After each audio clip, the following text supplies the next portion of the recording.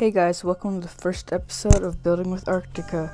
Today's going to be Season 1, Episode 1, and the topic's going to be spikes. If you don't know what this series is, it's where every once in a while I make a tutorial showing you how to build something in a certain part of a level, and then there's a contest until the next episode of who can build it the best. This episode will be split into two parts, the first part being fitting in, and the second part being placement. So in the first part of part 1, we have Tip 1, make sure that the spike fits the theme. So right here in this box, right here, I have a spike. It's just a simple spike. It has different layers of lines, and there's two different block designs down here. Which one do you think it fits into? You probably are thinking that it fits into this one. That's because this spike fits the theme very well, since this block design has different layers of lines, and this also has different layers of lines. So this is a correct way to do the spike, making it fit the theme.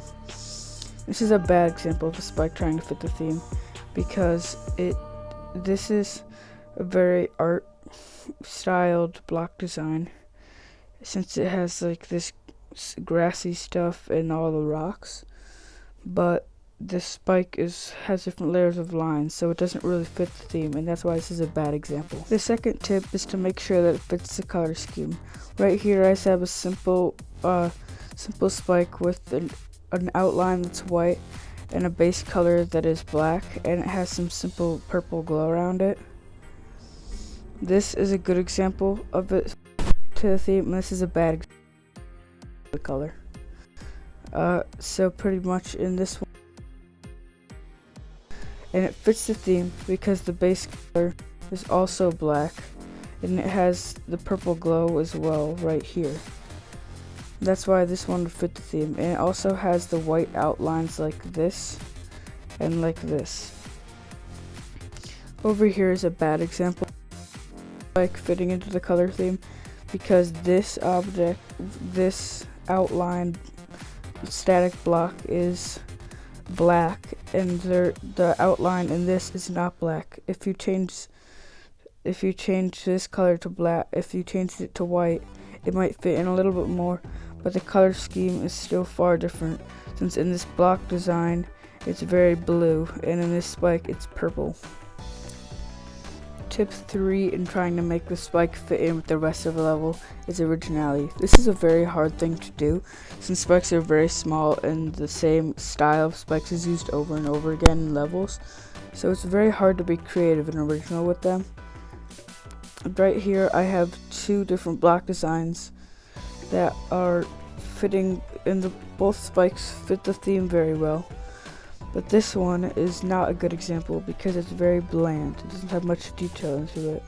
This one is a great example because it fits the theme well, since they both have this blue color and these glow blocks all around the side, and they both have, but this spike is much more detailed, since it has this triangle diamond shape at the top, and then it has the same glow spike, the same glow objects from here on the bottom, so it fits the theme and it's creative at the same time. Now we will start part 2 of this episode, which is the placement of the spikes. The first tip is where to put them. This is a very easy thing. There's a lot of different ways you could put them well. A good example is this, even though it's kind of generic and overused. This is also a good example, even though it's overused. This is a more creative example, but it still looks pretty good. This is another example that works well, even though it's very simple. It can be used in anything, since you can put 4 of these next to each other, you can put these next to each other, you can put these next to each other. It'll always look simple and good. These are 4 bad examples, because these spikes are all small, except this one is only slightly bigger, so it doesn't work very well. This one I don't think works very well because the angles on the spikes are different and they're both around the same size, so it looks a little bit odd. This is another bad example, even though it's very similar to the one up here. It's just changed in the direction of the spikes, so it doesn't look great, because if you're jumping down onto this platform right here, you're not going to want, it's going to be harder to jump over these spikes, and that's why, and it's also an awkward placement because the small spike comes after the larger spike. This is very similar to the one up here, except it's different because they're about the same size, except the angles are very different. This one is a smaller angle and this one is a larger angle, so pretty much it's not the greatest way for it to fit in. Tip 2 has to do with where you put the spikes on the y-axis. Even though it's a very overused thing, it still makes the level look much better. If you put this up, so pretty much right here I have 2 spikes. As you can tell, they are above the static objects. So you can, this is them one of this button up. Just one. This is it up by 2. As you can see. And if you do that 3, this is a bad example because it looks like a completely different platform from the spike and it doesn't look as great. So anything more than 3 of this movement looks kind of bad.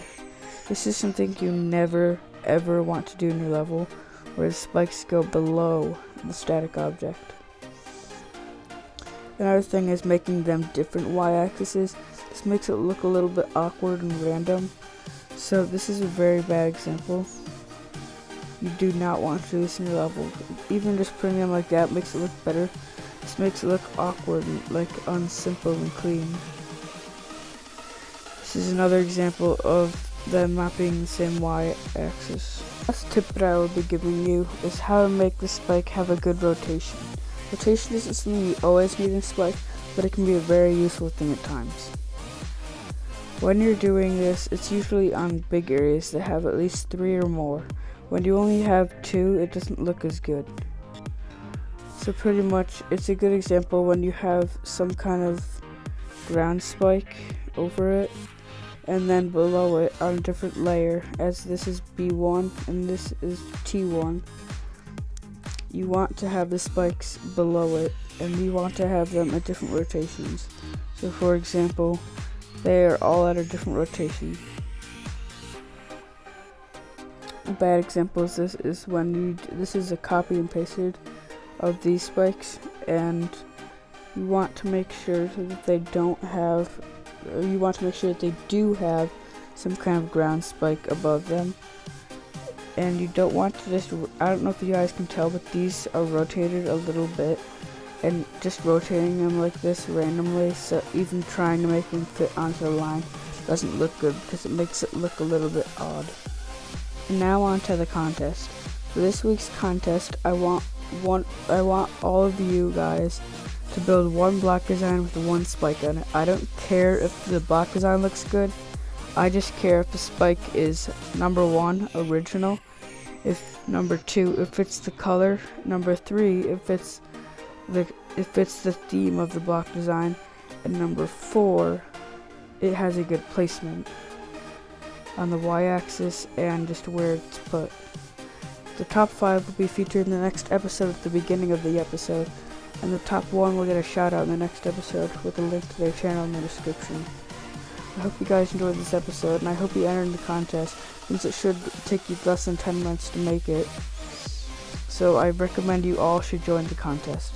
I hope you enjoyed this, since it's my first episode and it took me a while to make, and bye.